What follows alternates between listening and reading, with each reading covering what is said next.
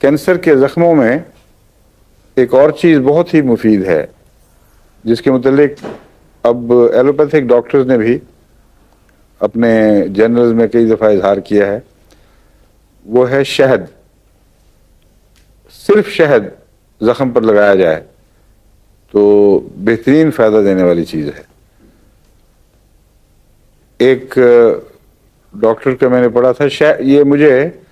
شہد کے موضوع پر کتابیں پڑھنے میں معلوم ہوا، وہ کوئی ہومیوپیتھی کتاب میں نہیں لکھا ہوگا، اس میں شہد کے موضوع پر ایک رشیا میں بڑی تحقیق ہوئی ہے اور انگلستان میں بھی ہو رہی ہے۔ تو کسی ڈاکٹر نے جو کتاب لکھی ہے اس میں ان کے حوالے دے کر بعض برٹش جرنل کے حوالے بھی دیے ہوئے تھے، سرجنز کے حوالے دیے ہوئے تھے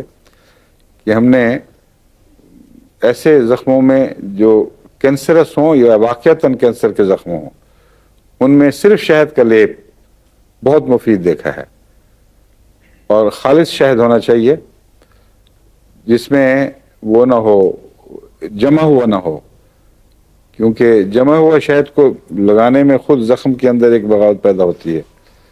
لیکوڈ شہد ہو وہ لگا دیا جائے، اس سے پانی نکلتا ہے بہت، اور تھوڑی دیر میں ہی وہ زخم جو ہے وہ